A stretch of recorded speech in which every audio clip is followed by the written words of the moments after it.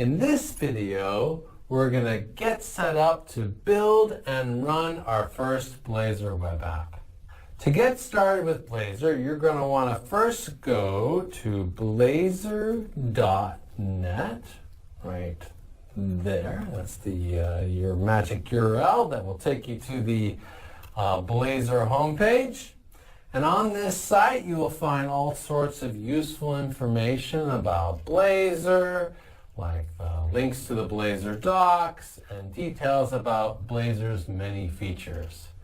Go ahead and click on the Get Started button, and then click on Let's Get Started.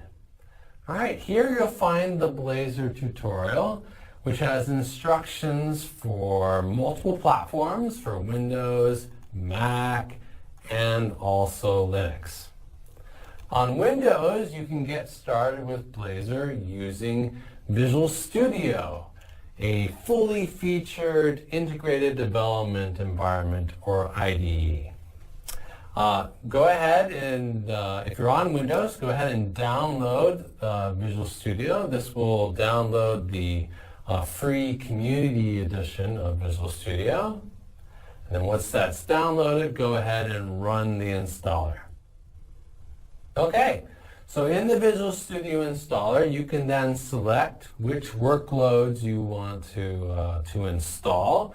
For Blazor, all you really need is the web development workload, which is the first one up in the upper left-hand corner. So go ahead and select that and then click Install. I've already installed it, so I'm going to close out of this and then go ahead and launch Visual Studio. All right, once you're in Visual Studio, we're going to create a new project. And then you're going to want to select the Blazor web app template, this one up here at the top.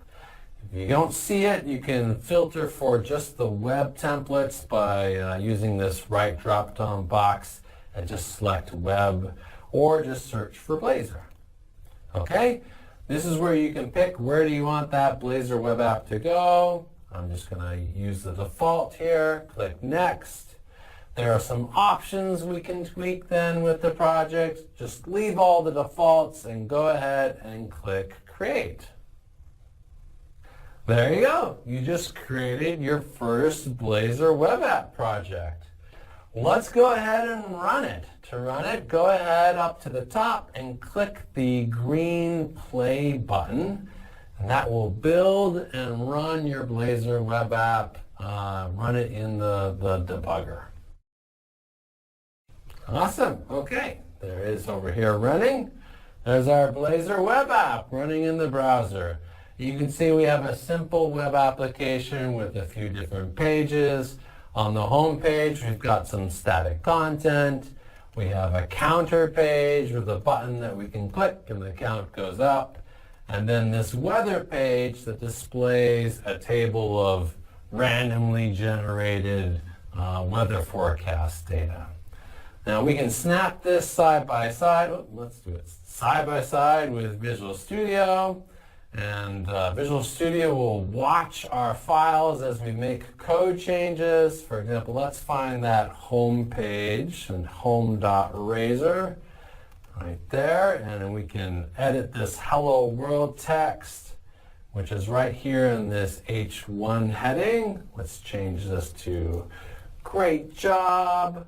We'll go ahead and save that and then click the hot reload button, that little flame icon on in the toolbar, and there the change has been applied to our Blazor web application. Awesome, so that was easy. Okay, so that's how you can get started with Visual Studio on Windows.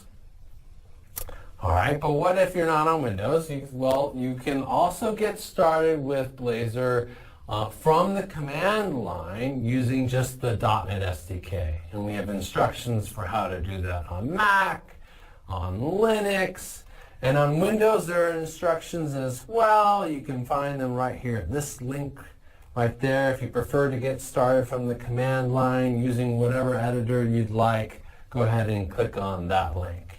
And then click on Let's Get Started. Okay, so you're going to want to download and install the .NET SDK. On Windows, you can just download the .NET SDK installer. So I'll go ahead and do that. Great. Once that's downloaded, go ahead and click on it to run the installer. Awesome. And then click Install. Done. Okay. Once the .NET SDK is installed, I recommend, it looks like we still have our running app window open there. We'll close that. Once the .NET SDK is installed, I recommend going to the terminal and just checking that the installed cleanly. And you can do that just by running .NET-version. And this should display the version of the .NET SDK that you have installed. It should be 8.0 or later. If you see that, then you are good to go. All right, and then now we can create our Blazor web app from the command line. To do that, you run the command .NET new, which creates new projects, and then the project we want to create is a Blazor project. You can also then select where do you want the app to go. Like I think I'll make this one I think I was on 4 before, so let's make this my 5th one. Blazor app 5. Go ahead and run that command, and then the .NET SDK will generate our Blazor web app for us. There it is. Well, I guess we have to go into the folder that it just created, and we'll list it right there. Awesome. Okay, now how do we run this? So to run our Blazor web app from the command line, we run .NET run. Okay? That will build and then run the application. Once we see the log output, we can just click on the link, and then there's our Blazor web app that we just ran from the command line. Easy peasy.